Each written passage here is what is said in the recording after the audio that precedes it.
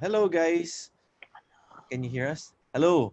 We should be on. Hi. Hello. Hi, Hello, guys. Good afternoon. hi. Uh, Good okay, afternoon. Good we're afternoon. live now on Facebook on our page, and this afternoon we're talking with Usap Pinoy, Kauban ni Goyo.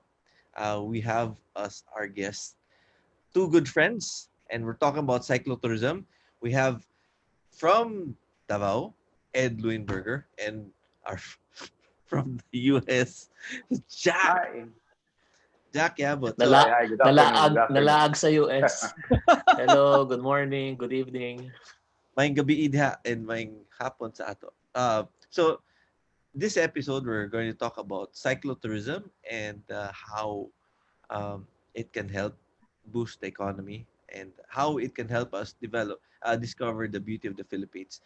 I invited two avid cyclists this afternoon who rode from Luzon, the top tip of Luzon, to Davao City about a year ago. Was it? That's correct, Jack, right? Ed, that Around this time. Yeah, yeah, yeah. Yes, October, same time this November. time. and you guys did it. You guys went together, and how long did it take? So let's get the ball rolling. How long did it take to ride a bicycle from what part in Luzon to Davao City? We started in Baguio Okay, um, at the first Saturday of October. okay, And then, so we counted like 22 cycling days 22 over cycling days. 25 calendar days. So by October 30, nag-abot mi sa Davao. And Okay, then, di ba, the next morning, there was the earthquake, the October 31 earthquake of Davao. Do you Yeah. remember that, Ed? Yes, that was a third one. The third one for that month.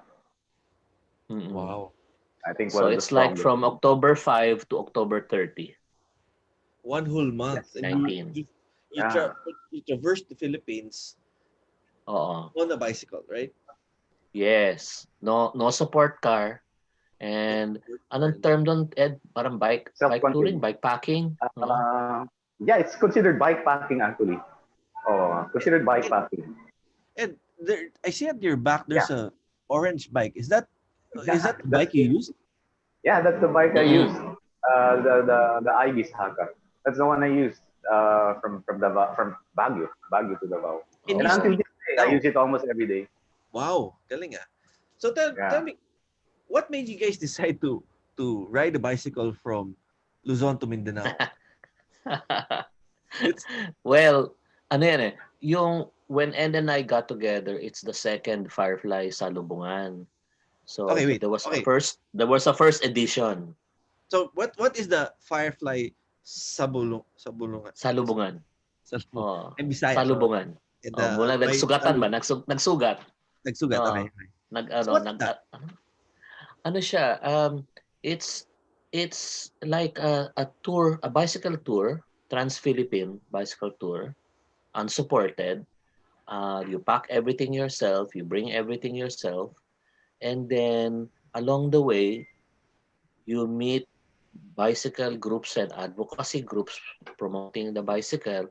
And then along the way, kung may rest day, magbigay kami ng bicycle safety clinic. Okay. So Wait. yun So yung campaign. you Mm-mm. not only bike from Luzon to Mindanao, but you also Yes. help educate cyclists along the way. That's Yes. so So cool. normally, we bike 5 to 6 days continuously. Pero pag abot sa rest day, let's say a Saturday or a Sunday, doon kami pwede magbigay ng bike clinic kasi it's a whole day rest day. So half day, ano yung ginagawa natin half day, mag-maintain ng bike, etc. Just No? lube the chain. Magpahinga. Everything, Yeah, everything. etc. Yeah. Laundry. We do the laundry usually on the weekend, on the rest day. Yeah. Pati Although we bike do laundry every maintenance. day, yeah, Okay. but Mm-mm. yung bulk ng laundry usually falls on a Sunday. Yes. And then on that Sunday or Saturday, diyan kami makakabigay ng, that's where we can give a half day full bicycle clinic on basic safety for the bicyclist. So may Wow. kasama siyang campaign, hindi lang siya touring.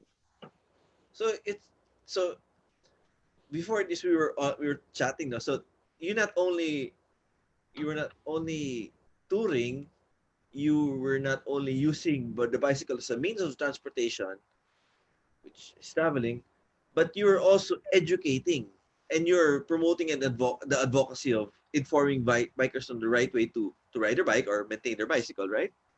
Galing. Yeah. Mm. So, Ano yan eh, like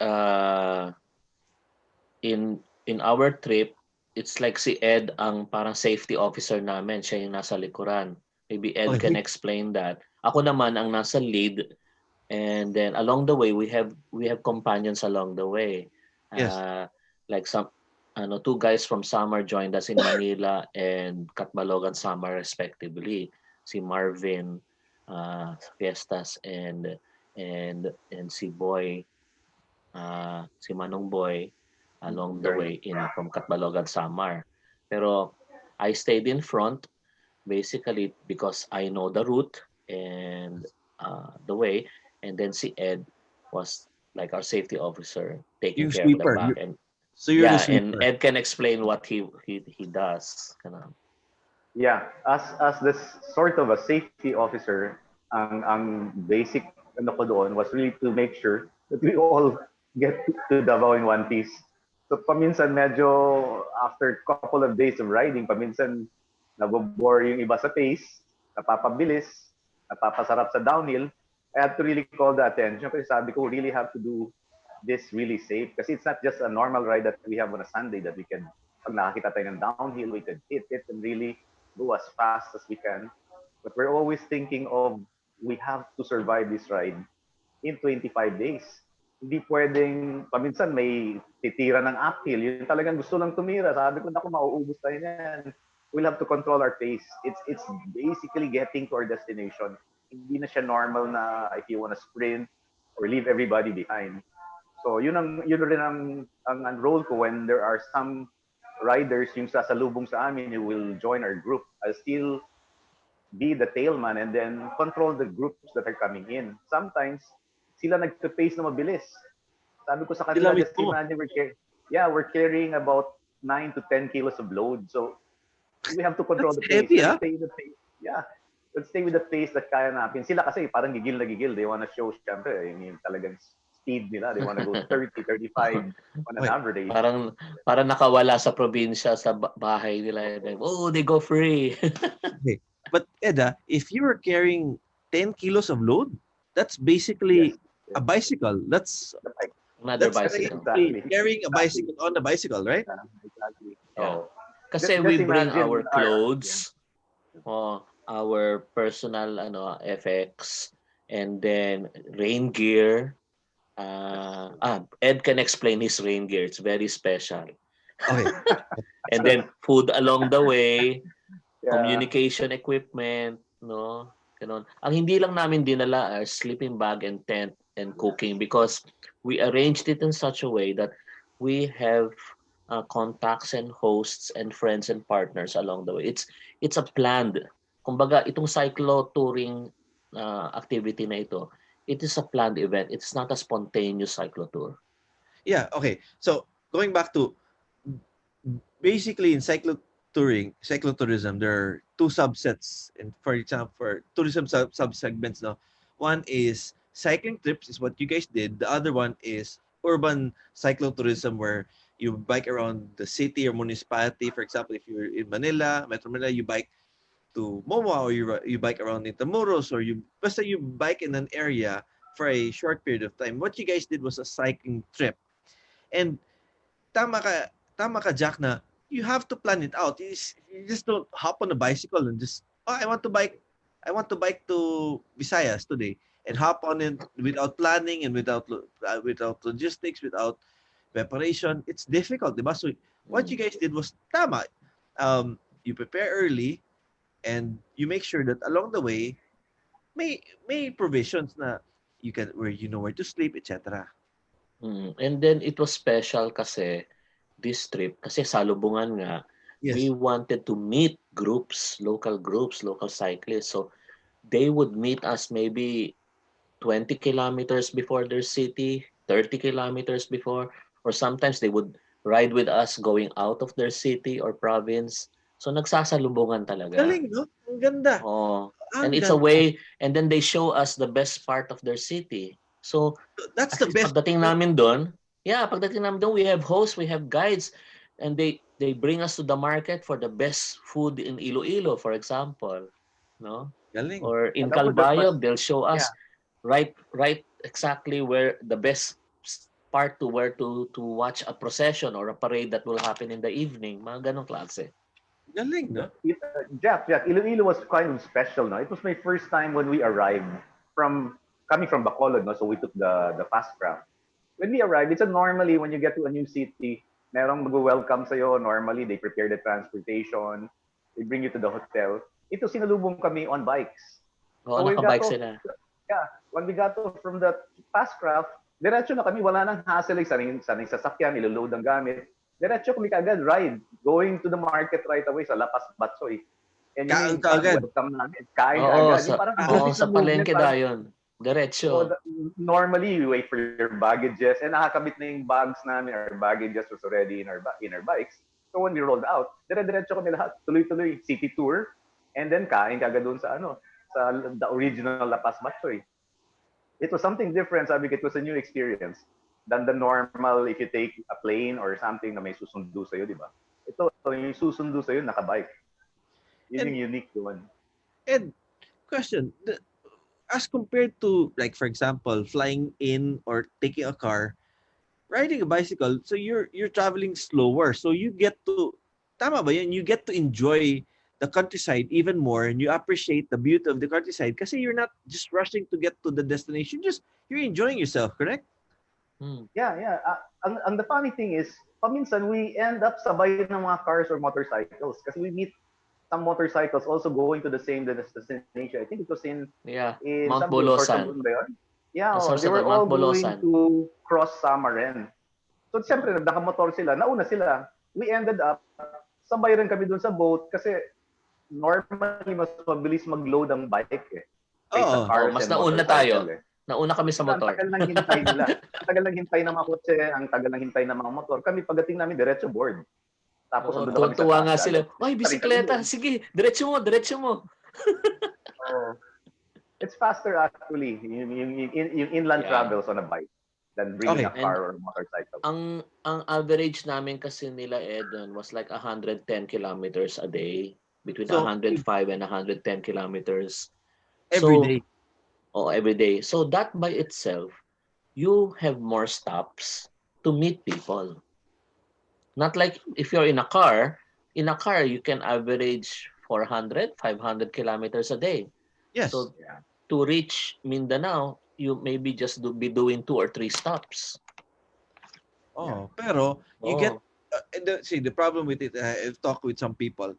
Yeah, they ride a vehicle across regions. Pagkatapos, so what do you see? Wala, we saw a gasoline station. gasoline station. We eat, this is fast food. But so what do you see in the countryside? No, kasi it's so fast eh. But Yeah. when you're riding a bicycle, Jack, no, um, Mm. you ride at such a pace that you get to enjoy the beauty of the countryside because it's like you're traveling in slow Yeah. motion, right? And you can ride with somebody like from Lucena. We rode with Ed, with another Ed. Remember Ed? Di ba? With a Yeah. local rider who joined us all the way to Okay. Atimonan sa Tatlong Okay. Eme going up. Okay. And that's where, and then he continued to ride down with us all the way to Calawag, Quezon. And that's where we separated. No? So there are people like that who can local na you meet and then you can ride together until they say that uwi na sila, balik na sila. And this happened in different regions all over the Philippines. And in the process of meeting these people, you have new friends, you have new, you get to meet bikers so you wouldn't normally meet, or you wouldn't normally get to Yeah. interact with, correct? Like this biker in Bukidnon, remember Ed, yung when we started? Yeah. We don't know Yeah. him, but we just chatted with him along the way. Yeah. Nagmo-morning training lang siya. Okay, yeah. Yeah. Tama. Yeah. It was from Cagayan actually going to Bukidnon, di ba? Tapos pabalik rin. Okay. Alam mo, So, something different, Goyo, nakita namin, we're kind of used to riding a day ride natin without carrying just the basic things. No? Ito kasi Yes. it's a different experience na parang when you leave a place, there's no turning back. Every day you're moving away from your destination, from where you started. So it's either you're just eyeing yourself on the destination mo, but you're moving every day away, away, further away. Ang maganda for my side, kasi I'm from Davao, so ang expectation of starting from Baguio was I'm Pabalik. going home. Di ba? Oo. I'm going home. Okay. Baliktad kila Oo. Jack, they're going farther away from Manila and then pabalik sila by plane going back. Oo. Iba naman, they took the bus naman. It was kind of, maybe psychological, it was parang maganda siyang motivation. I'm getting closer to hometown, di ba? I'm getting closer to my Yeah. home. That's why the Sila Jack naman next palayo ng palayo. salubungan, the third salubungan Reverse. is gonna start from Mindanao, going back Baliktad na naman. up to Baliktad. Luzon. Yan, Okay. palayo na Oo. naman. Patas, para naman patas. Para patas na, patas. So, Yeah. there will be people asking, no, yeah, but you rode the bicycle from Luzon to Mindanao. But I have to please remind everybody, but you have to have the experience. And Jack, how many years have you been riding a bicycle before you did this? Ed, Yeah. This plan actually started when I was still in college. wow. I was in college. I was biking actually in the campus, like going to school in by bike. So it was always my dream pag graduate. Sabi ko, ano kaya what's the feeling of riding all the way down to Davao? And it took me almost like, now it's 33 years after. Sako pa lang actually nagawa. So it takes a lot of, But let me say, I hope it will, oh, good.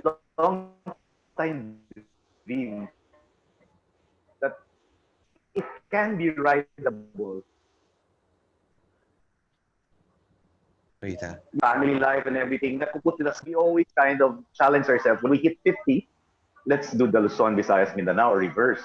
Yes. And a couple of my friends did that actually. Some did it alone, some did it by group, 2 or 3.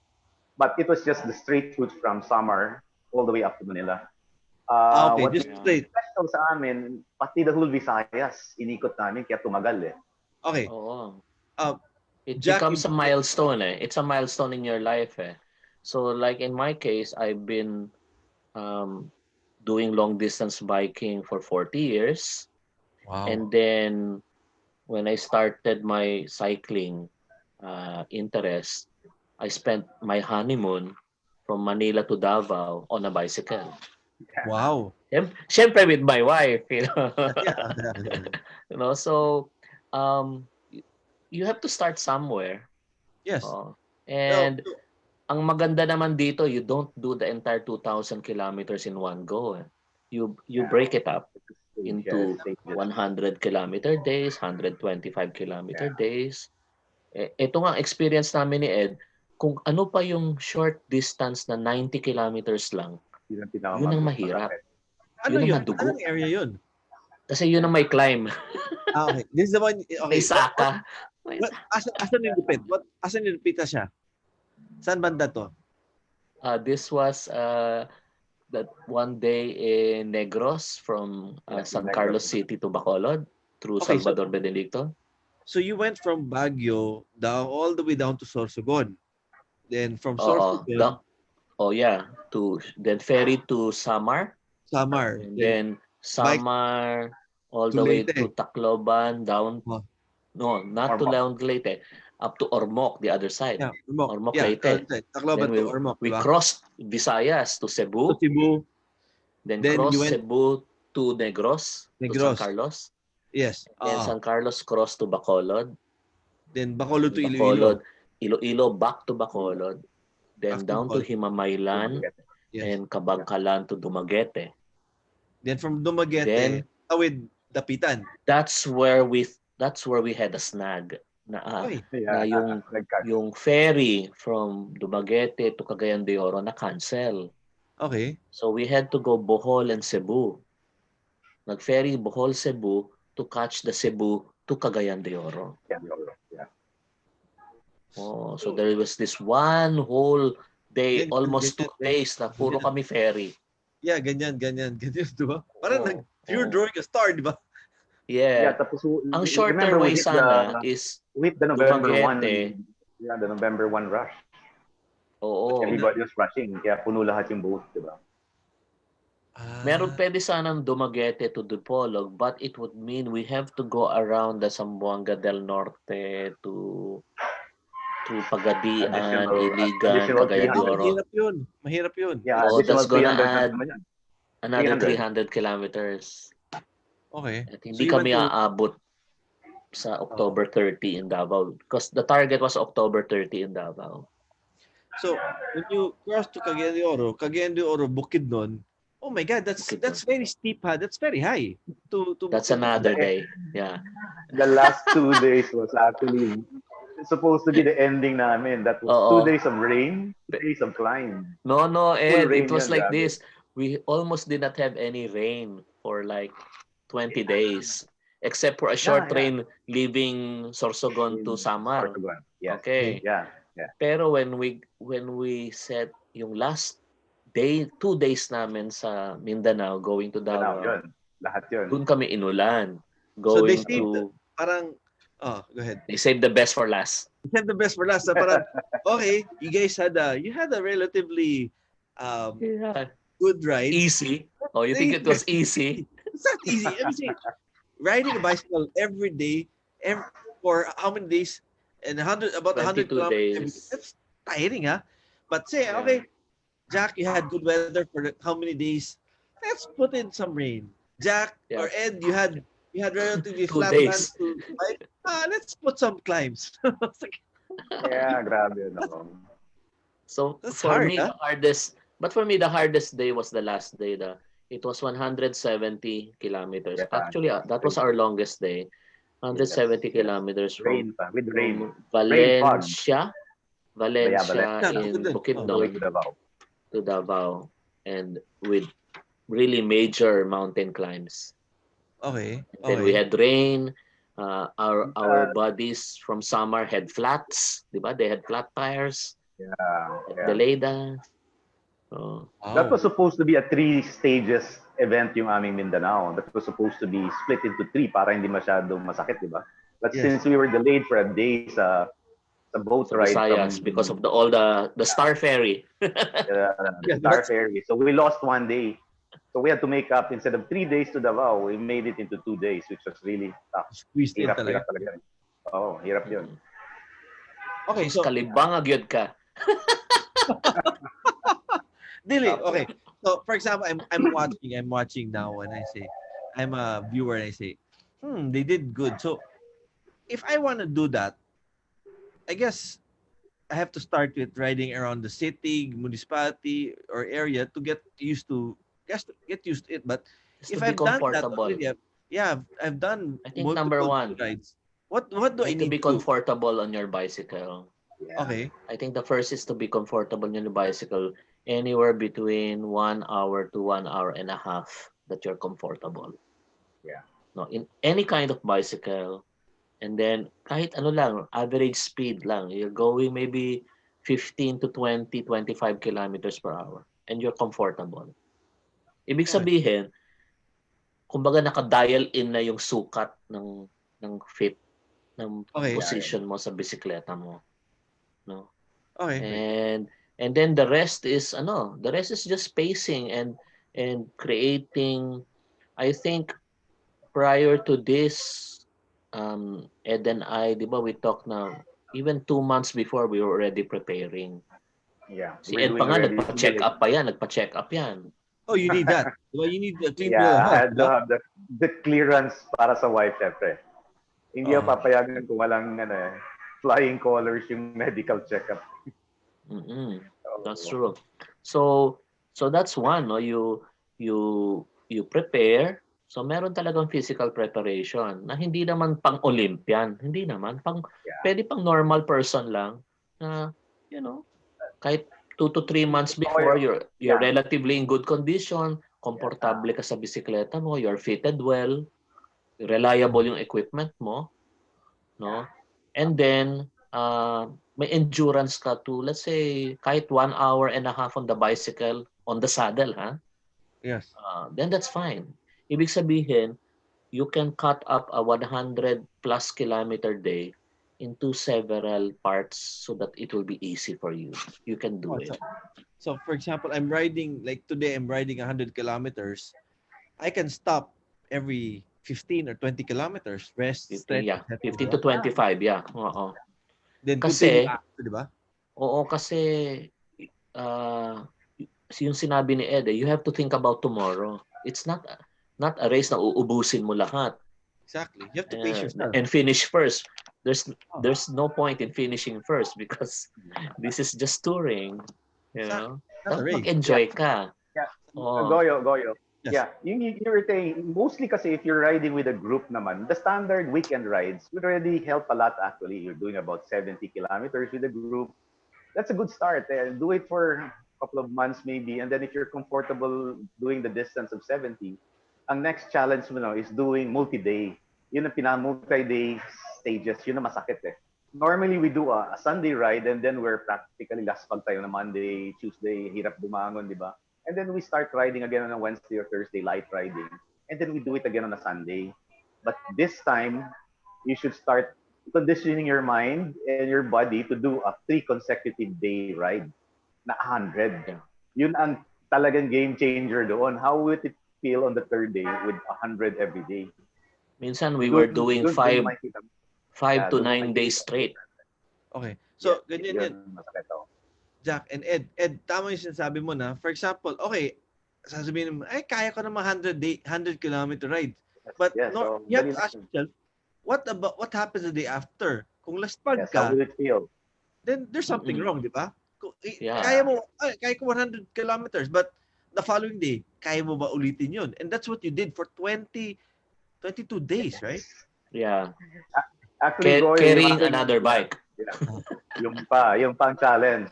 Not only doing it for 3 days, doing it 3 days with another bike on your On your bags. bike, di ba? Oo. Oh. Talaga mabigat doon. Pero I think what helped is parang ano na parang may ritual yan yung when you pack your things, you put it on the bike, you bike, yung mga rest stop, yung mga meal stop, yung Okay. mga talking to people, and then yung pag-unpack mo, paggawa mo ng labada, etc.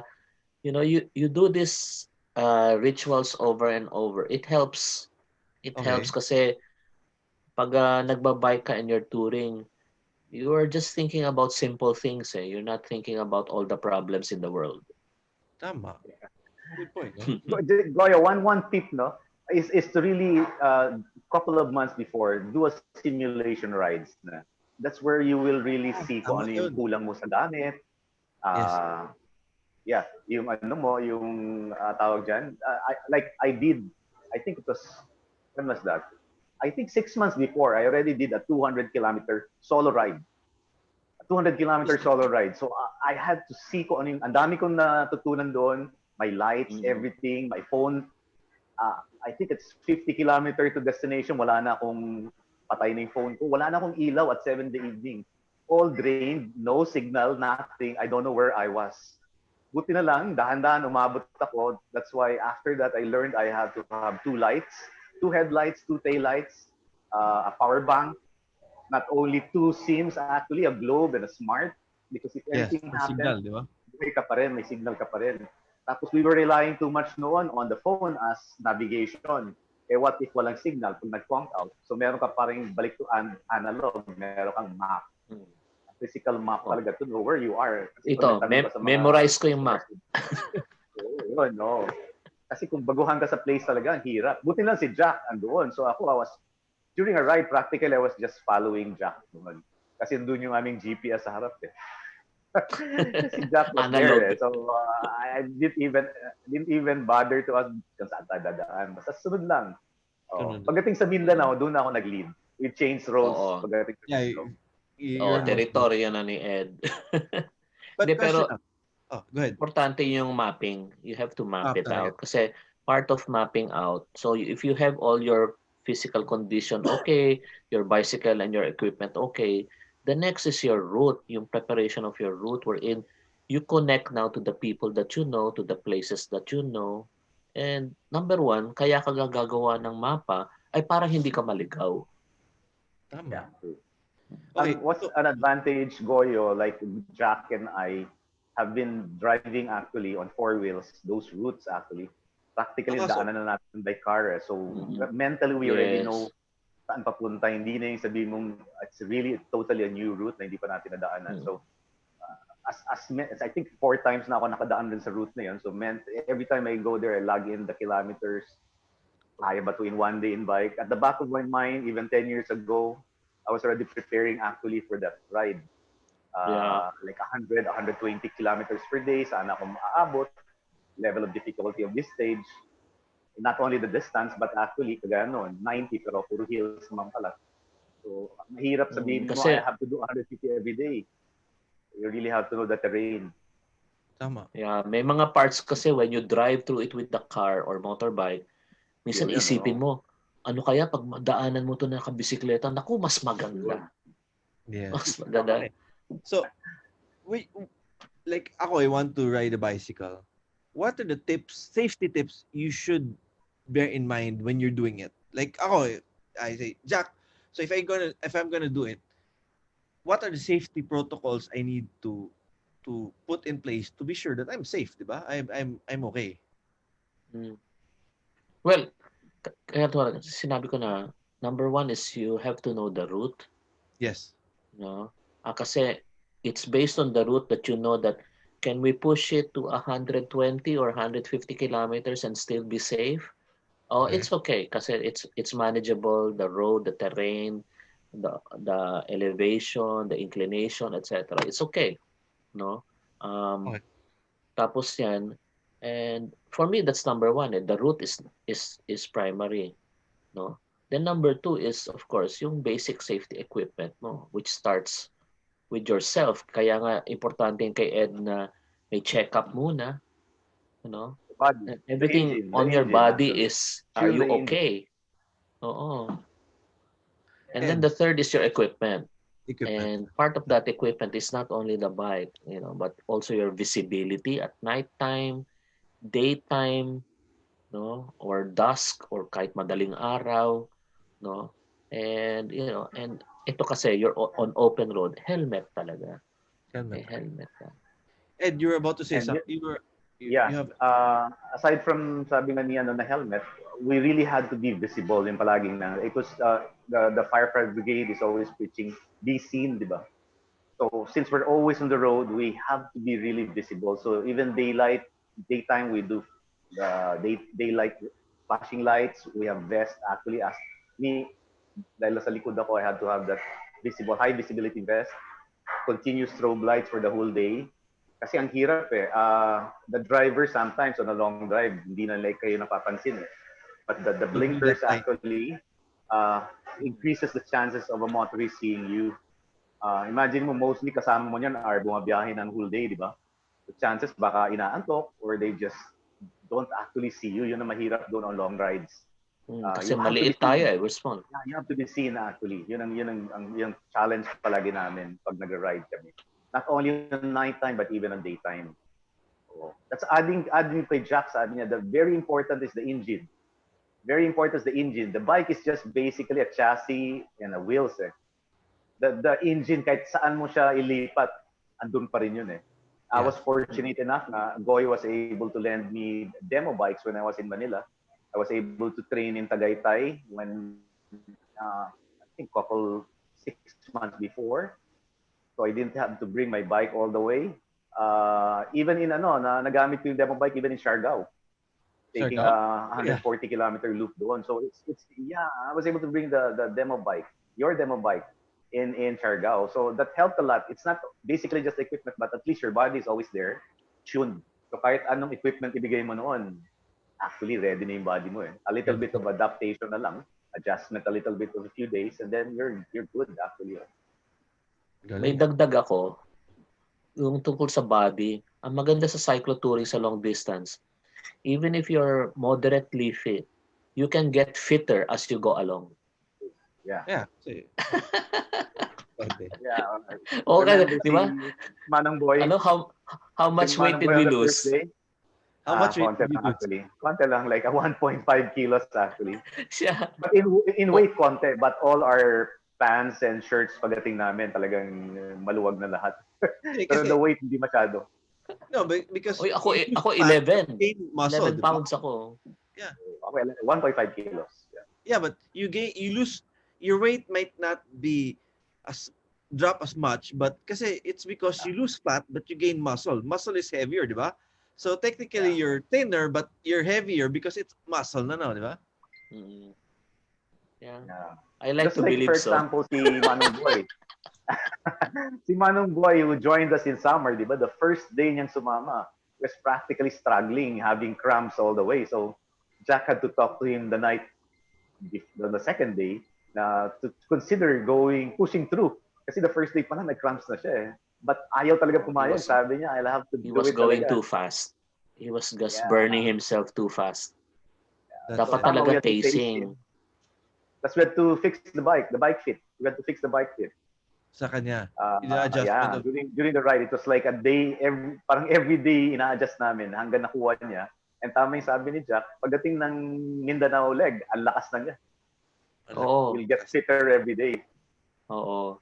At saka parang si Manong Boy, parang example 'yun ng binigla niya yung sarili niya, yung physical condition niya, mabuti, 65 years hindi old. nag-tilt. 65. 65 years 65 Number old. years 2 old. yung Wow. Oo, number 2 Yeah. yung bike niya oversized sa kanya. In-adjust na lang namin. Oh my We God. just lowered and lowered his position on the bike. Okay. Every day, little by little, until finally, actually nagbawas kami ng halos 3 inches of saddle height. Can you imagine the Big, difference? That's huge. That's big. Kasi Oh. he was using a 29er, no? But his height is only 5'2". Yeah, malaking So malaki frame. talaga, no? Malaking frame. Ganun talaga. Yung clearance niya mataas talaga. And then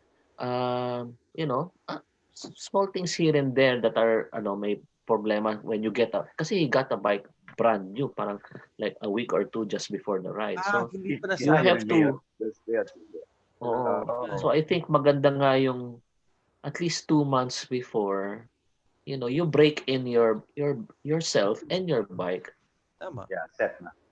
Okay. So these are things. So how do you see cyclotourism in the future? Kasi many people are getting to biking talaga, and more people I see they do urban cyclotourism, that they bike around Metro Manila and they visit mga tourist sites and eat in good places na hole in the wall na you don't normally see. But how do you see cyclotourism not only during the pandemic but after? How will it help? How do you think it will help boost the economy? Ed, ikaw muna. After pandemic, no, I think one thing that we need actually is a good guide, maybe. I don't know, an app or maybe a book. It's a guide kasi if you're starting talaga, it's really clueless eh. First, the directions, no, on how far, maybe the level of difficulty. Some might underestimate kasi kala nila kaya ko 100 every day, di ba? Pero iba pala yung level of difficulty on this stage and what to expect. Ang hirap nun if you just, buti si Jack was already, did it I think twice na or third time na eh. But if you're on the first time doing it, that's going to be really a big question mark on up to where ka aabot, hanggang kailan, tapos especially on your equipment. There's a good guide on how to prepare yourself. What kind of bike, what kind of things to bring, what kind of repair tools that you have to bring along, and what kinds of skills do you have, the basic maintenance. Kasi self-contained eh. Hindi kagaya ng if you're riding with a group na merong backup na sasakyan, madali lang yun, di ba? Diba, sabi nga ni Jack eh. Pag konti lang, masakit lang ng konti yung paa mo, pwede ka lang Isag ka, di sumakay. ba? Ito, wala talaga. It's talagang you have to finish it. Okay. Iba yung may sag eh. You always have a choice palagi to ride eh. Ito, wala talaga. So it's really self-contained. You have to master fixing your bike. You have to master your nutrition actually. Malaking factor yun. You have to know what to bring, what to eat during the rides. Kasi bakit naubos ka eh. You'll be putting in junk fuel pala during the ride and you'll end up bonk, di ba? So Yeah, yung there's diba? a physical, the training side, and there's Mm-mm. actually yung logistics naman, and then yung route setting naman, kung how far can you get. Iba pa yun once you get to a place, yung local tourism na nga. If you still have the strength on your rest day to go around and see the places. Actually, that's one thing we kind of missed, no? If that's why we were planning when we were riding along the way. Maybe we can break it maybe into weeks, just weekdays, maybe 6 day travel. That in between we can go around cities. Oh, Nangyari kasi sa okay. amin, we were kind of pressured to finish it in a month.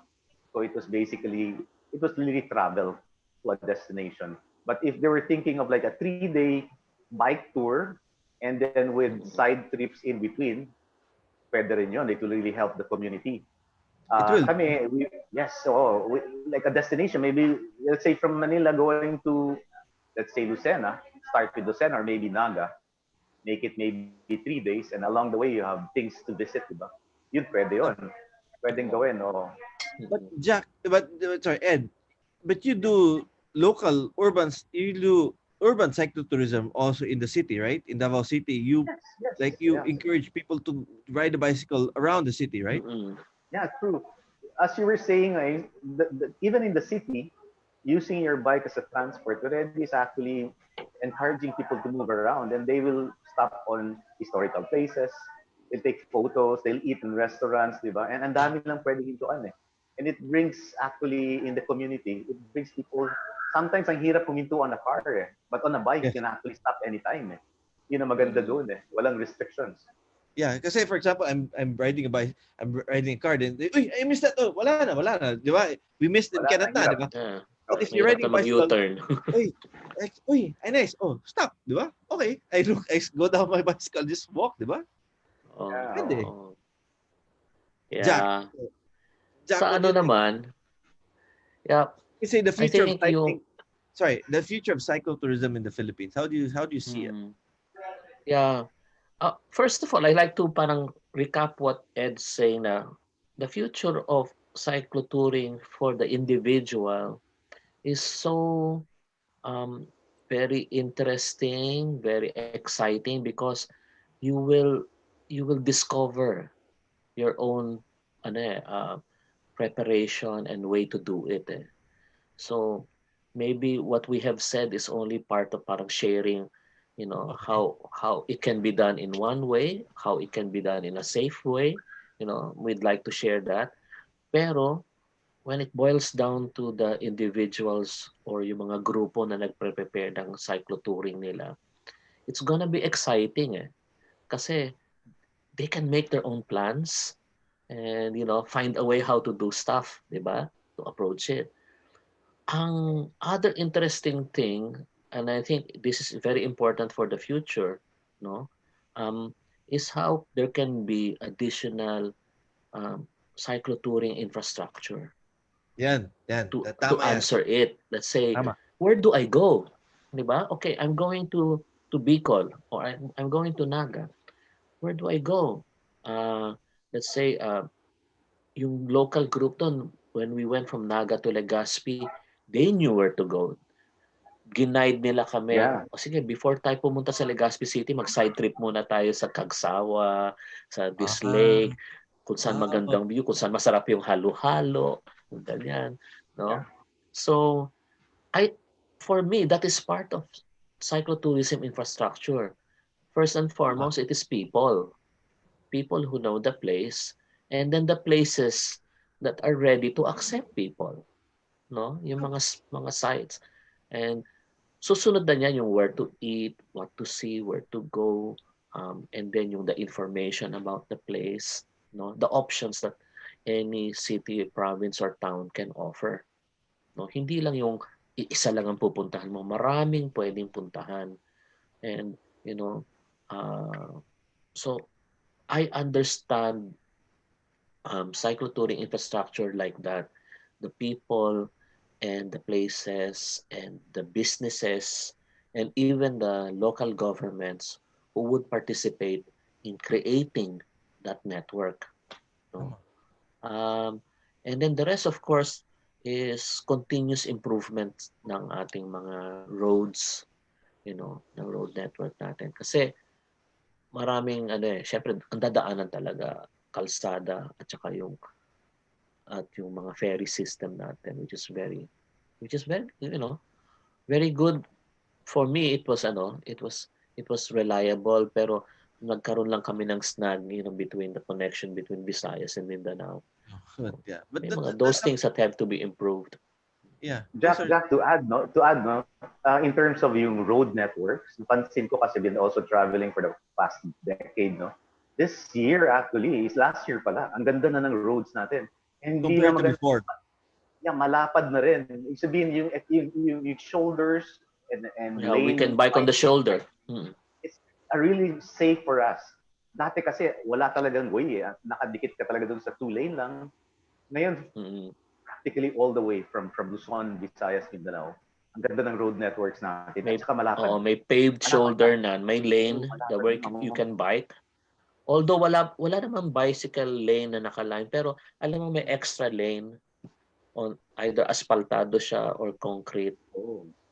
no? It's Or under safer construction. Yeah. So yeah, Siguro, yeah. So siguro go ahead. to add din na Goyo, yung mga inland natin, yung mga ferry boats and mga yung mga fast craft. Later on maybe if they have a bike area, di ba? Kasi yun ang medyo Yeah. hassle sa mga fast craft. We have to bring it inside kasama namin sa upuan. All the way up, di ba? There's We some go pick there's some up. Sometimes katabi ng seat talaga. Walang special area sana Yeah. for if really design that to encourage more people to travel inter-island with their bikes. A special area. Or even the buses should also consider then, and and even air transport should also really parang be very clear about yung accepting bicycles and then encouraging it, kasi if you ask me the future of cyclotourism in the Philippines, there will be more. there will be Definitely more. Kasi it is a safer way to travel rather than, especially with the COVID and all. May relative safety ka by riding at a distance from everybody eh. Tama. So mas safe siya dalhin yung bisikleta. So the good thing about it is like before the DOT under Secretary Ace Durano was receptive to cyclotourism. We talked with them before, and now the DOT and the Tourism Promotion Board is again looking at tapping cyclotourism to develop tourism in the Philippines. No, and I hope with closer coordination, these things like, for example, infrastructure and accommodating bicycles in transport facilities. Even the information, Yes, yung sinasabi ni exactly. Ed. No? These are things that have to be looked at and studied, so it will help boost the economy, di ba? Mm-mm. And it will encourage. Go ahead. Kasi it is discouraging for any individual. Kunyari, dala niya yung bisikleta niya. Tapos sasabihin ng bus company or ng shipping company or ng airline company yung ay, bawal. Or ay, hindi pwede. Ay, bayad ka ng mahal. Or ilagay mo yan doon sa sa Daplin o doon sa Sulo kung saan-saan. Parang baliwala. Sa Daplin, di ba? Daplin lang o ayaw dire, ayaw diha. No? That's not gonna promote cycling tourism. No, that will be very discouraging kasi it will create gaps into your whole itinerary. No, now Hopefully, when you encounter a place, oh my gosh, huwag tayong dadaan dyan, it's not cycle friendly. So I hope diba? I hope these things will be looked at, studied, and the future of cyclotourism in the Philippines is very bright, and there's so much potential, and I hope people understand that. And in business facilities, for example, I'm a restaurant. If I'm biker friendly, if I have facilities that are friendly towards cyclists, it will encourage more people to come to my business establishment and buy my products, right? Yes. And it starts with parking. Yeah. Oo. Hindi yung doon kayo paparada sa malayo, ay hindi na pupunta dyan sa iyo. Oo. Doon sa madilim. Sa madilim. yung ayaw mo ipakita. So mas maganda right there, up center and front. Ito, di ba? there are even some establishments kung folding bike kasi maliit lang yung folding bike, Yes. pwede mo ipasok sa loob ng restaurant mo kasi maliit Pwede? naman eh. Okay. Parang maleta lang siya eh. That's good. Oh, by the way, I think we've we've reached the time limit. Oh, sorry. No. But guys, we should do this again. Siguro, schedule another episode with you guys discussing cyclotourism and biking around the Philippines. Not only biking around the Philippines, but also biking around like Davao, Cebu, within the different cities. So cyclotourism is not only a multiple day event like you guys did, but even a one day event, one day activity where you get to discover parts of the city where you didn't realize who's there, diba? And Yeah, true. Oh. so, guys, Ed, Jack, any parting words before we end our episode? Any tips or safety reminders? Just have to train. You really have to train for the ride. Yun lang, hindi pwede siyang like a motorized vehicle na I'll just go tomorrow and then fuel up. Really have to train and prepare for it. Just always think that the Philippines is a rideable country. It's a rideable distance actually if you break it down into days. Kayang-kaya actually. Okay. Thanks, Ed. Jack, final Ako words? naman, katulad yung sinabi ni Ed, yung what we missed was appreciating the destinations more, no? So, ang maganda sa cyclotourism is you are actually enjoying yourself while you're going there. So now you have to make a plan na when you get to your destination, ano naman yung gagawin mo? Hindi lang yung basta maglalaba, kakain, matutulog. No? Pero maybe kasi piliin mo yung destination for a reason, for a purpose kasi dito masarap kainin to or masarap puntahan to, dito may magandang tanawin, etc. Ito you have to go to this house, you have to meet these people, you have to talk to them, etc., etc. So it's not just the travel, it's also the destination. And it's not just the destination, it's also the people. Tama. That's a very good reminder. Yeah. With that, guys, thank you very much. Thank you very much for joining us this Thank you, afternoon. Goyo. And Thank you, Goyo. Hello to see you guys. everybody. See you. Have a ride safe. Wear your helmet. Okay. Thanks, Yeah, guys. Thank you very ride much. safe. Thank you. Thank you.